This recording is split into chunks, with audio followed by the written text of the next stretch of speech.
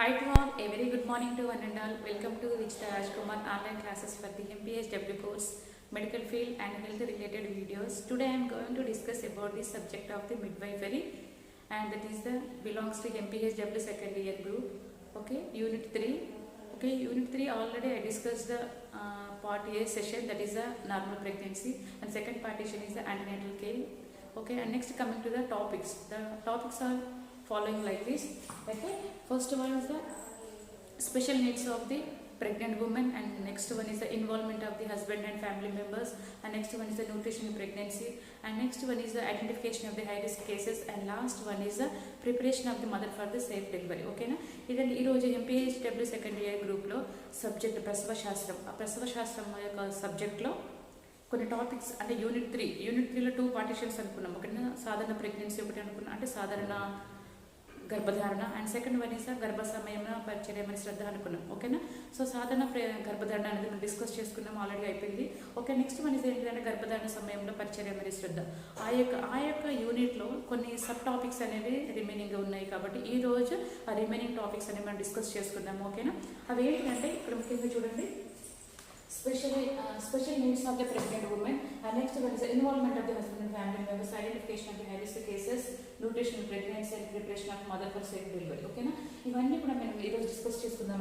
This ఏంటంటే nutrition pregnancy is very very important question for the practical purpose, కాబట్టి ఈ యొక్క టాపిక్ అనేది సపరేట్గా మనం డీల్ చేసుకుందాం. So let we see the one by one. ఓకేనా, special needs of the pregnant women అంటే ప్రత్యేకమైన అవసరం ఏంటి, గర్భధారణ సమయంలో గర్భవతికి ఇవ్వవలసిన ప్రత్యేకమైన కేరు ఏంటిది అనుకున్నాం. ఓకేనా, లాస్ట్ క్లాస్లో మనం ఏం డిస్కస్ చేసుకున్నాం, ఒక టాపిక్లో ఏంటిదంటే special needs or health information, basic health information and guidance for the pregnant women. అంటే తల్లికి మనం ఇవ్వవలసిన ప్రత్యేకమైన సలహాలు కానీ సంప్రదింపులు ఏంటిది అనుకున్నాం. ఏంటంటే ముఖ్యంగా పిండానికి హాని చేయగల మందులు వాడకూడదని చెప్పాలి, ఎందుకంటే she don't know if she will take also what the problems May going on in future. ఓకేనా, ఫ్యూచర్ అంటే ఏంటంటే 9 months వరకు ఏ టాబ్లెట్స్ వాడినా కూడా ఆ టాబ్లెట్స్ వల్ల తల్లి ద్వారా బిడ్డకు ప్రమాదం వచ్చే అవకాశాలు ఎక్కువగా ఉంటాయి, కాబట్టి ఏదైనా ప్రాబ్లం అనిపిస్తే compulsory she has to consult the doctor. Based on the consultation అండి she has to take the medicines అని చెప్పాలి, ఎందుకంటే ఏ టాబ్లెట్స్ వాడినా కూడా పిండానికి ఎఫెక్ట్ అయ్యే ఛాన్సెస్ చాలా ఉంటాయి, కాబట్టి ఏ టాబ్లెట్స్ వాడకూడదు. ఇఫ్ ఎన్ ఎమర్జెన్సీ అత్యవసర సమయం అనుకున్నప్పుడు compulsory she has to consult the doctor. Based on the consultation of the doctor only she has to take the medicines. ఓకేనా, పిండానికి హాని చేయగల మెడిసిన్స్ ఏమి వాడకూడదు. ఓకేనా, తర్వాత హైజీన్, శుభ్రతని కంపల్సరీగా షీ హాస్ టు మెయింటైన్. ఓకేనా, అదేవిధంగా శుభ్రంగా ఉండాలి, ఎప్పుడు వదులుగా ఉన్న లూజ్గా ఉన్న డ్రెస్సెస్ యూజ్ చేసుకోమని చెప్పాలి. అదేవిధంగా నీట్ అపియరెన్స్ ఉండాలి, especially personal hygiene and one more is the perineal hygiene. అక్కడ యోని దగ్గర ఎలాంటి ఇన్ఫెక్షన్స్ వచ్చే ఛాన్సెస్ ఎక్కువగా ఉంటాయి, కాబట్టి యోనికి ఇన్ఫెక్షన్స్ రాకుండా ఉండాలి, జాగ్రత్తలు తీసుకోమని చెప్పాలి. ఎప్పుడు కూడా వాష్రూమ్కి వెళ్ళినప్పుడు every time she has to use the flush, అంటే ఎప్పుడు కూడా ఫ్లష్ చేసుకోమని చెప్తూ ఉండాలి వాటర్ని. ఓకేనా, అదేవిధంగా next one the breast care. ఓకేనా, ఏంటిది బ్రెస్ట్ గురించి కేర్ తీసుకోవాలి. అదేవిధంగా స్నానం చేసేటప్పుడు మసాజ్ చేసుకోమని చెప్పాలి. ఏదైనా క్రాక్స్ కానీ గట్టిగా ఉండడం కానీ నొప్పి కానీ అలాంటి ఏమైనా ఉన్నట్టయితే compulsory she has to consult the doctor. Okay, అర్థమవుతుంది. అదేవిధంగా ఏంటంటే ఇక్కడ మలబద్ధకం ఏంటి, కాన్స్టిపేషన్ ఎక్కువగా ఉంటుంది, కాబట్టి కాన్స్టిపేషన్కి సంబంధించినవి రాకుండా ఉండాలంటే ఎక్కువగా ద్రవహారాలు కానీ లిక్విడ్ డైట్ కానీ పీచు పదార్థాలు కలిగిన ఆహారం కానీ ఎక్కువ ఫ్రెష్ ఫ్రూట్స్ కానీ విటమిన్స్ సంబంధించినవి కానీ ఎక్కువగా తీసుకుంటూ ఉండమని. అదేవిధంగా కొన్ని వ్యాయామాలు ఎక్సర్సైజెస్ కూడా, అంటే తిన్న వెంటనే కూర్చోవడం పడుకోవడం అలాంటి చేసినట్టు there is no movements. Okay, physical movements ఏమీ ఉండవు, కాబట్టి తిన్న ఆహారం కూడా సరిగ్గా డైజెషన్ అవ్వదు. ఓకేనా, మనం తీసుకునే వాటితో పాటుగా మైన్యూట్గా చిన్న ఎక్సర్సైజెస్ కూడా చేస్తూ ఉండమని చెప్పాలి. ఓకేనా, అండ్ నెక్స్ట్ వన్ ఈస్ ఏంటంటే దంత సంరక్షణ, ఓరల్ క్యావిటీ కూడా శుభ్రంగా ఉండేలా చూసుకోవాలి, ఎందుకంటే this is the one of the ఏంటిది ఒక అంటే ఎంట్రీ లాగా ఉంటుంది. ఏదైనా తీసుకున్న ఆహారంతో పాటు ఏదైనా తీసుకున్నంటే మనకి ఏమవుతుంది, ఆటోమేటిక్గా it will enter in the J track in stomach and all. అవునా కదా, దీని విధంగా ఎఫెక్ట్ అయ్యే ఛాన్సెస్ కూడా ఉంటాయి బేబీకి, కాబట్టి హైజీన్ అనేది కూడా చాలా, oral hygiene is very very important. ఓకేనా, అదేవిధంగా నెక్స్ట్ ఏంటిది కొన్ని ఇవే కాకుండా తీసుకున్న బ్యాలెన్స్డ్ అంటే పుష్టికరమైన ఆహారం తీసుకోమని చెప్పాలి. అదేవిధంగా ఈ యొక్క ఆహారము బిడ్డకు చాలా అవసరము, ఈ యొక్క ఆహారం మీదనే బిడ్డ యొక్క పెరుగుదల అభివృద్ధి ఆధారపడి ఉంటుందని తీసుకోవాల్సిన అవసరం ఎంతైనా ఉందని తల్లికి చెప్పాలి. ఓకే. అదేవిధంగా యాంటీనెటల్ చెకప్స్ 3 యాంటీనెటల్ చెకప్స్ అంటే కొన్నిసార్లు 4 కూడా అవసరమే, కానీ 3 మాత్రం చాలా అవసరం అని చెప్పాలి. ప్రతిసారి వెళ్ళినప్పుడు హైట్, వెయిట్, బీపీ ఓకే అన్నీ కూడా చెక్ చేసుకోమని చెప్పాలి. It's clear. అండ్ నెక్స్ట్ మనకి కొన్ని సెక్షువల్ హైజీన్ సంభోగం ఓకేనా. భార్యాభర్తలు ప్రెగ్నెన్సీ సమయంలో మొదటి నెలలో కలవకూడదు భార్యాభర్తలు. అదేవిధంగా 36 వీక్స్ టైంలో కూడా కలవకూడదు, డెలివరీ అయిన 6 వీక్స్ వరకు కూడా కలవకూడదు. దీనివల్ల కూడా చాలా కాంప్లికేషన్స్ అయ్యే అవకాశాలు ఎక్కువగా ఉంటాయి. కాబట్టి సెక్షువల్ హైజీన్ సంభోగ శుభ్రత భార్యాభర్తలు కలవకుండా ఈ సమయంలో చాలా జాగ్రత్తగా ఉండమని చెప్పాలి. కుటుంబ నియంత్రణ పద్ధతుల కూడా చెప్పాలంటే ప్రైమరీ మదర్ అయితే మొదటిసారి డెలివరీకి వస్తుంది కాబట్టి ఒకవేళ బిడ్డ పుట్టిన తర్వాత ఎడబాటు కోసం 2 years వరకు కూడా కొన్ని గర్భనిరోధక మాత్రలు వాడమని చెప్పాలి. ఓకేనా. గర్భనిరోధక మాత్రలు అంటే ఓరల్ పిల్స్, కాపర్ టీ ఇవన్నీ కూడా కండోమ్స్ కూడా ఇవన్నీ ఉన్నాయి, అందుబాటులో ఉన్నాయి కాబట్టి వీటి గురించి అవగాహన కల్పించాలి. ఒకవేళ రెండవసారి ప్రెగ్నెంట్గా డెలివరీ కోసం వచ్చినట్టయితే కంపల్సరీగా పర్మనెంట్ ఫ్యామిలీ ప్లానింగ్ గురించి మనం అవగాహన కల్పించాలి. ఓకే. ట్యూబెక్టమీ కానీ వ్యాసెక్టమీ కానీ ఇవన్నిటి గురించి మనం అవగాహన కల్పించి తీసుకునేలా ప్రోత్సహించాలి తల్లికి. ఓకేనా. తర్వాత care of the new born baby బిడ్డ పుట్టిన తర్వాత ఏ విధంగా చూసుకోవాలి వాటన్నిటి గురించి అవగాహన కల్పించాలి. ఓకేనా. అదేవిధంగా signals of the labour pains నిజమైన నొప్పులు ఏ విధంగా ఉంటాయి, ఈ విధమైన సిగ్నల్స్ వచ్చినప్పుడు వెంటనే మీరు హాస్పిటల్కి రావాలి అని అన్నిటి గురించి అవగాహన కల్పించాలి. ఓకేనా. సో వీటితో పాటుగా ఇవన్నీ హెల్త్ ఇన్ఫర్మేషన్ మాత్రమే. ఓకేనా. సో వీటితో పాటు స్పెషల్ నీడ్స్ ప్రత్యేకమైన అవసరం ఏంటిది అంటే ప్రత్యేకమైన అవసరం ప్రైమరీ మొదటిసారి గర్భవతి అయిన స్త్రీలో చాలా రకాల టెన్షన్స్ ఉంటాయి. వీటి గురించి ఫిజియలాజికల్ చేంజెస్ డ్యూరింగ్ ప్రెగ్నెన్సీ అంటే మొదటిసారి గర్భవతిలో భౌతికమైన మార్పులు వస్తూ ఉంటాయి అనేక రకాలుగా. అవునా కదా. మనం చాలా రకాలుగా చెప్పుకున్నాం. ఏంటిది ఎన్లార్జ్మెంట్ ఆఫ్ ది యూట్రస్ అంటే గర్భాశయం పెరుగుతూ ఉంటుంది నెలలను బట్టి. ఓకేనా. అదేవిధంగా బ్రెస్ట్లో చేంజెస్ కానీ స్కిన్లో చేంజెస్ కానీ ఓకే. అదేవిధంగా హార్ట్లో కానీ నర్వస్ సిస్టంలో కానీ బీపీలో కానీ ఓకే యూరినరీ సిస్టమ్ మీద కానీ ఇవన్నీ అన్ని రకాల చేంజెస్ అనేవి వస్తూ ఉంటాయి. ఇక్కడ కొన్ని టెన్షన్స్గా ఉంటుంది, ఏమవుతుందో ఏమో ఇలా అనిపిస్తుంది చెప్పాలా వద్దా ఒకలాంటి టెన్షన్స్గా ఉంటుంది. అవునా కదా. కాబట్టి ఇలాంటి టెన్షన్స్ భయపడకూడదు అని చెప్పాలి. ఫిజియలాజికల్ అంటే భౌతికమైన మార్పుల గురించి, అదేవిధంగా మైనర్ ఎలిమెంట్స్ చిన్న అస్వస్థతలు కానీ చిన్న ఫీవర్ కానీ కోల్డ్ కానీ తర్వాత బ్యాక్ పెయిన్ కానీ ప్లూరైటిస్ కానీ అంటే వెచ్చని దగ్గర దురద కానీ ఓకే నిద్ర రాకపోవడం కానీ ఇలాంటి అన్ని చిన్న మైనర్ ఎలిమెంట్స్ అంటారు వీటి ఇవన్నిటికి టెన్షన్ ఉంటుంది కాబట్టి వీటన్నిటికీ మనము భయపడాల్సిన అవసరం లేదు అని చెప్పాలి. కుటుంబ సభ్యుల యొక్క సహకారం అదేవిధంగా భర్త యొక్క సహకారం చాలా అవసరము. ఎందుకంటే చాలా రకాల టెన్షన్స్తో పాటుగా ప్రసవ సమయంలో ఏ విధంగా ఉన్నామో మొదటిసారి అయినప్పుడు చాలా నొప్పులు భరించాము అని కొంతమంది చెప్తూ ఉంటారు. అవన్నీ విని వాళ్ళకి ఏమవుతుంది ఇంకా టెన్షన్ ఎక్కువ అవుతూ ఉంటుంది. కాబట్టి చూడడానికి ఎలా ఉంది టెన్షన్ పడుతుందా లేదా అని. కాబట్టి ఇవన్నీ గమనించినప్పుడు ఆరోగ్య కార్యకర్త వాళ్ళ ఇంటికి వెళ్ళి సందర్శించినప్పుడు కానీ వాళ్ళు మన హాస్పిటల్కి వచ్చినప్పుడు కానీ యాజ్ ఏ హెల్త్ కేర్ వర్కర్స్గా లేకుంటే హెల్త్ డిపార్ట్మెంట్కి సంబంధించిన వ్యక్తులుగా మనం ఏం చేయాలి కుటుంబ సభ్యులకు భర్తకు ఇవన్నిటి గురించి అవగాహన కల్పించాలి. ఇక్కడ తనకు ఉన్న మానసికమైన ఆలోచనని మానసికమైన తొందరని ఇవన్నీ దూరంగా ఉండమని చెప్పాలి. సైకలాజికల్ సపోర్ట్ అనేది ఓకే చాలా అవసరం. అర్థమవుతుందా. ఓకే. ఇక్కడ స్పెషల్ నీడ్స్ అదే ప్రెగ్నెంట్ స్పెషల్ నీడ్స్ ఏమని చెప్పాలి లేబర్ సంబంధించిన టెన్షన్స్ కానీ పుట్టబోయే శిశువు గురించి టెన్షన్ కానీ బిడ్డకి ఏమవుతుంది బిడ్డ మన హ్యాపీగా డెలివరీ అవుతుందో లేదో ఏ విధంగా పుడుతుందో అని ఒక పుట్టబోయే బిడ్డ గురించి టెన్షన్గా ఉంటుంది. లేబర్ కాన్పు నొప్పులు ఓకేనా లేబర్ పెయిన్స్ గురించి చాలా రకమైన నొప్పులు ఉంటాయని వాళ్ళు చెప్పిన ఎక్స్పీరియన్స్ని బట్టి వాళ్ళు ఫీల్ అవుతుంది ఏమవుతుందో ఏమో నాకు ఎలా ఉంటుందో అన్న టెన్షన్స్ ఉంటుంది. కాబట్టి ఇలాంటి లేకుండా మనం ఏం చేయాలి సైకలాజికల్ సపోర్ట్ అనేది కంపల్సరీగా ఇవ్వాలి. స్పెషల్ ఏంటంటే ఇక్కడ సైకలాజికల్ సపోర్ట్గా దేని గురించి పుట్టబోయే శిశువు గురించి టెన్షన్ ఉంటుంది, కాన్పులు అంటే ప్రసవ సమయంలో వచ్చే భయం గురించి నొప్పులు ఏ విధంగా ఉంటుంది, నేను నార్మల్ అవుతున్నాను ఏంటిది పెద్ద ఆపరేషన్ అవుతుంది చిన్న ఆపరేషన్ ఇలాంటి అన్ని టెన్షన్స్ ఉంటుంది. కాబట్టి ఇవన్నిటి గురించి మనము ఏంటిది ఆ యొక్క తొందరగా టెన్షన్ని వదిలేయాలా మనం సైకలాజికల్ సపోర్ట్ ఇవ్వాలి. ఒక భరోసా అనేది మనం ఇవ్వగలగాలి. ముఖ్యంగా భర్త ఇచ్చినట్టయితే ఇంకా మంచిది. ఓకేనా. అదేవిధంగా కుటుంబ సభ్యులు అందరి సహకారం అనేది కంపల్సరీగా ఉండాలి. Okay. Next we are moving on to the involvement of the husband and family members.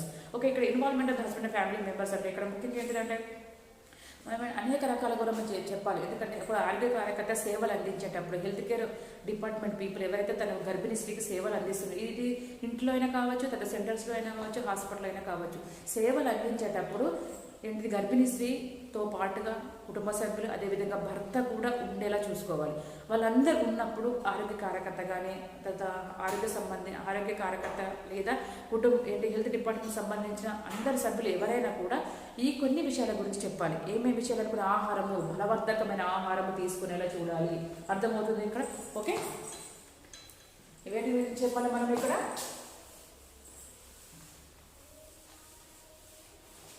ఆహారం గురించి బ్యాలెన్స్ డైట్ గురించి చెప్పాలి. అదేవిధంగా రెస్ట్ అండ్ స్లీప్ గురించి చెప్పాలి. ఓకే, తర్వాత హైజీన్ గురించి చెప్పాలి. ఓకే, బ్రెస్ట్ కేర్ గురించి, అదేవిధంగా ఫ్యామిలీ ప్లానింగ్ గురించి, care of the new born baby గురించి. తర్వాత సో ఇవన్నీ కూడా మనం చెప్తూ ఉండాలి. ఓకేనా, బలవర్ధకమైన ఆహారం తీసుకోమని చెప్పాలి. అదేవిధంగా rest and sleep, morning afternoon hours 2 hours compulsory rest తీసుకోమని చెప్పాలి. లెఫ్ట్ సైడ్ పొజిషన్లో పడుకోమని చెప్పాలి.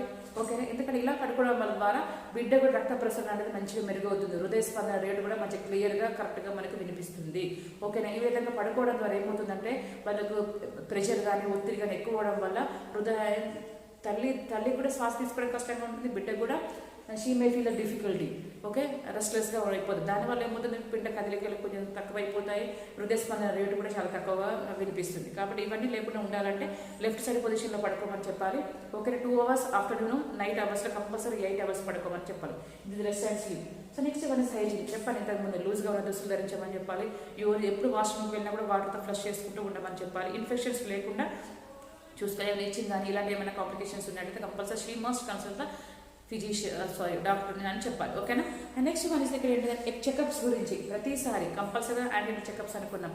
Every checkup when she will go the checkups compulsory she has to confirm the height, weight, BP ఇవన్నీ కూడా మనం చెప్తూ ఉంటారు. ఓకేనా, తర్వాత ముఖ్యమైన హాస్పిటల్ డెలివరీ గురించి మనం ఎక్స్ప్లెయిన్ చేసి చెప్పాలి. ఒకప్పుడు అంటే హోమ్ డెలివరీ అయ్యేవాళ్ళు, అది వేరే విషయం. నవడేస్ వీఆర్ హ్యావింగ్ మామూలుగా ఎలాంటి ప్రాబ్లమ్స్ లేకున్నా కూడా కొన్ని మదర్స్కి ఆ సమయంలో కాంప్లికేషన్స్ ఎక్కువయ్యే ఛాన్సెస్ ఎక్కువగా ఉంటున్నాయి. కాబట్టి ఈ కాంప్లికేషన్స్ అన్నీ లేకుండా ఉండాలంటే హాస్పిటల్ డెలివరీ, ఆసుపత్రిలో ప్రసవం అవుతూనే బిడ్డకు కానీ తల్లికి కానీ సేఫ్ అని చెప్పాలి. ఓకేనా, ఎందుకంటే కొన్నిసార్లు తల్లికి ప్రమాదం అయ్యే అవకాశం ఉంటుంది, కొన్నిసార్లు పుట్టబోయే బిడ్డకు కూడా చాలా కాంప్లికేషన్స్ అయ్యే అవకాశం ఎక్కువగా ఉంటుంది. కాబట్టి తల్లికి కానీ బిడ్డకు కానీ ఇలాంటి ఏమి లేకుండా ఉండాలంటే hospital safe delivery, hospital is the best chance for the delivery అని చెప్పాలి.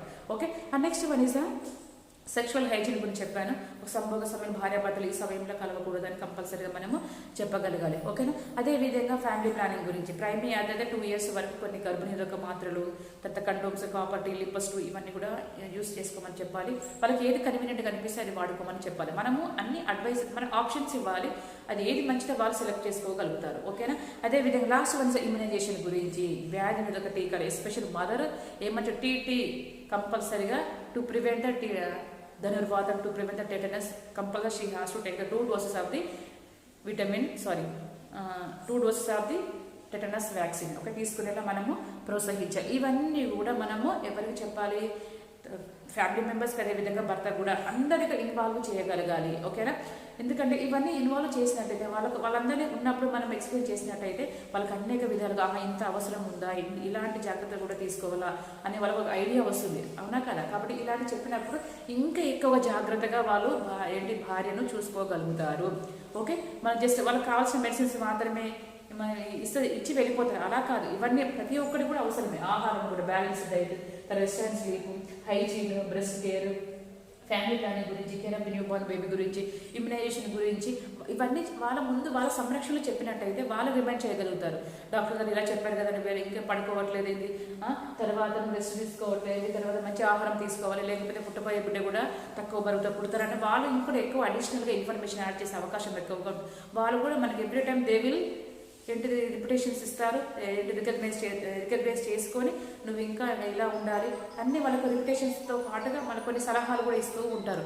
అంటే రిమైండ్ చేయగలుగుతారు, గుర్తిస్తారు. అంటే రిమైండ్ అంటే ఏంటిది, మనకు వాళ్ళు మర్చిపోయినా కూడా వాళ్ళు యాడ్ ఏంటిది గుర్తు చేస్తారు. ఇలా తీసుకోవాలి, ఇలా చెప్పారు కదా డాక్టర్, ఎందుకు తీసుకోవట్లేదని వాళ్ళు కూడా చెప్పగలుగుతారు. అంటే ఇంకా శ్రద్ధ వాళ్ళకేంటి, వైఫ్లకి ఏమనిపిస్తుంది, మా సార్ ఇలా చెప్తున్నారు, మా హస్బెండ్ ఇలా చెప్తున్నారు, కాబట్టి ఇంకా వాళ్ళు తినలేకపోయినా కూడా వాళ్ళ కోఆపరేషన్తో మంచిగా ఆనందంతో వాళ్ళు మంచిగా తీసుకోగలుగుతారు. ఓకేనా, అర్థమవుతుంది. కాబట్టి భర్తల యొక్క సహకారం ఎంతైనా ఉంది. ఓకే, ఎందుకంటే ఇలా భర్తల యొక్క సహకారం, కుటుంబ సభ్యుల యొక్క సహకారం ఉన్నట్టయితే వాళ్ళు ఏం చేయగలుగుతారు, ఇంకా వాళ్ళకి ఒక పుట్టబోయే బిడ్డ గురించి ఉన్న టెన్షన్ ఉన్నా కూడా మర్చిపోగలుగుతారు. ఎందుకంటే భర్త సహకారం, కుటుంబ సభ్యుల సహకారం ఉంటుంది కాబట్టి అన్ని భరోసా మేము ఉన్నాం కదా, మనం ఎందుకమ్మ టెన్షన్ పడుతున్నాం, we are there for you, no need to worry అని ఇలా చెప్తూ ఉంటే వాళ్ళకి అన్ని విధాలుగా ఉన్న టెన్షన్స్ అనేవి తొలగిపోతాయి. ఓకేనా, ఇంకేంటి పుట్టబోయే బిడ్డ గురించి కూడా వాళ్ళు ఎప్పుడు వాళ్ళని వెయిట్ చేస్తూ ఉంటారు, అదొకటి కూడా.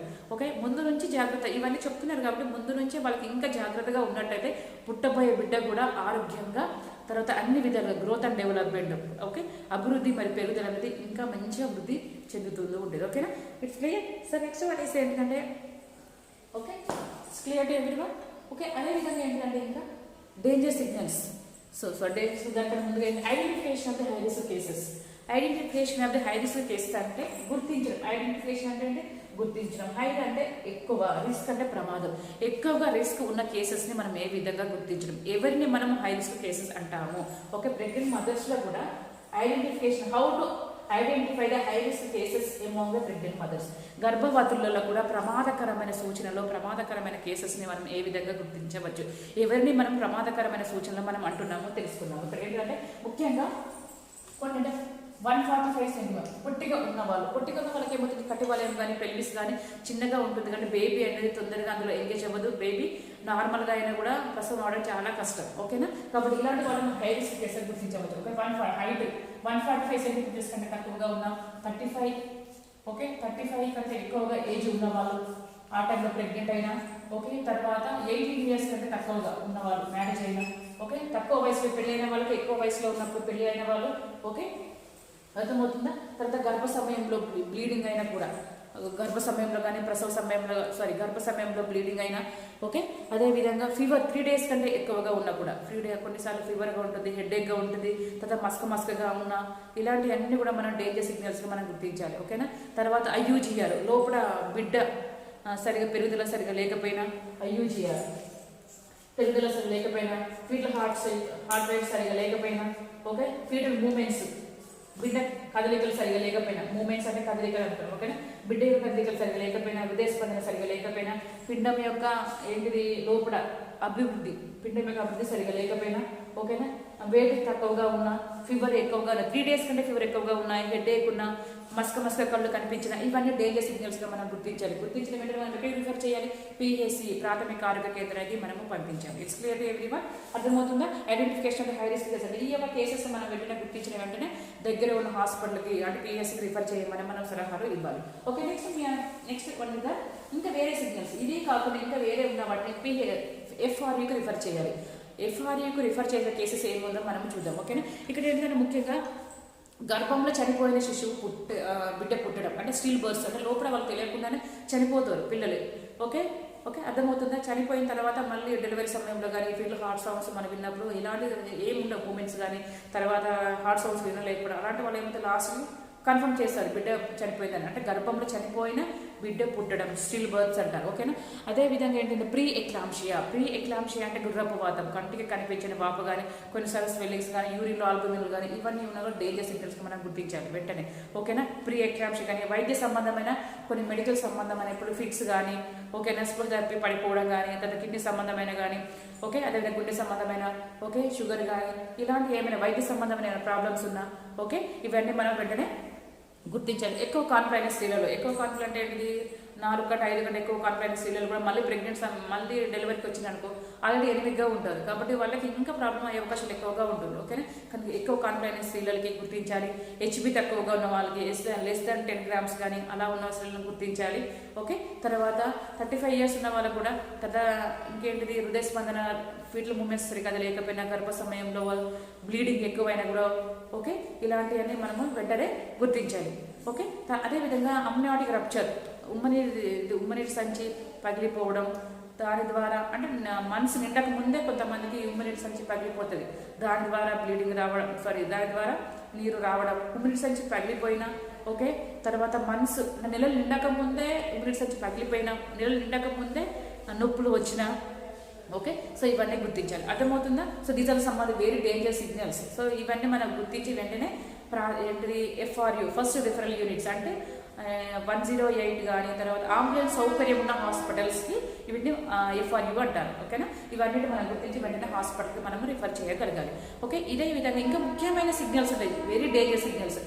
తీవ్రమైన రక్తహీనత, వెరీ ఎనిమిక్గా ఉన్నా కూడా, ఫిట్స్ వచ్చినా, స్పృహ కోల్పోయినా, తర్వాత శ్వాస తీసుకోవడం ఇబ్బందిగా ఉన్నా, ఓకే ఇవన్నీ మనం గుర్తించాలి. తర్వాత వాపు అనే ఫేషియల్ పఫినెస్, అసైటిస్ లాగా, తర్వాత అనసాగా బాడీ మొత్తం వాపు ఉన్నా, ఫేస్ దగ్గర వాపు ఉన్నా, కాళ్ళ దగ్గర వాపు ఉన్నా, రక్తహీనత ఉన్నా, ఫీవర్ ఉన్నా, ఫిట్స్ వచ్చినా, ఓకే ఇవన్నీ డేంజర్ సిగ్నల్స్ గుర్తించి వెంటనే మనము ఏంటిది ఫ్యామిలీ మెంబర్స్ చెప్పాలి, వెంటనే FRUకి రిఫర్ చేయమని చెప్పాలి. ఇప్పుడు PHCకి రిఫర్ చేసినా కూడా again they will refer to the FRU. కాబట్టి మనమే ముందుగా చెప్పినట్టయితే they will arrange everything. It's clear. So next coming to the preparation of the mother for the safe delivery. ఓకేనా. ప్రిపరేషన్ ఆఫ్ ది అంటే ఏంటి, తల్లిని మనం సిద్ధం చేయాలి. దేనికోసం సిద్ధం చేయాలి? సేఫ్ డెలివరీ కోసం సిద్ధం చేయాలి. ఓకేనా. సో ఎందుకనంటే చాలా రకాల ముందుగానే టెన్షన్, ప్రైమరీ మదర్కి అయితే ఎలాంటివి ఉంటాయి, మల్టీ మదర్కి అయితే ఎలాంటివి ఉంటాయి అంటే ప్రైమరీ మదర్కి అంటే ఫిజియలాజికల్ చేంజెస్ ఉంటాయి, మైనర్ ఎలిమెంట్స్ అని ఇవన్నీ ఉన్నాయి.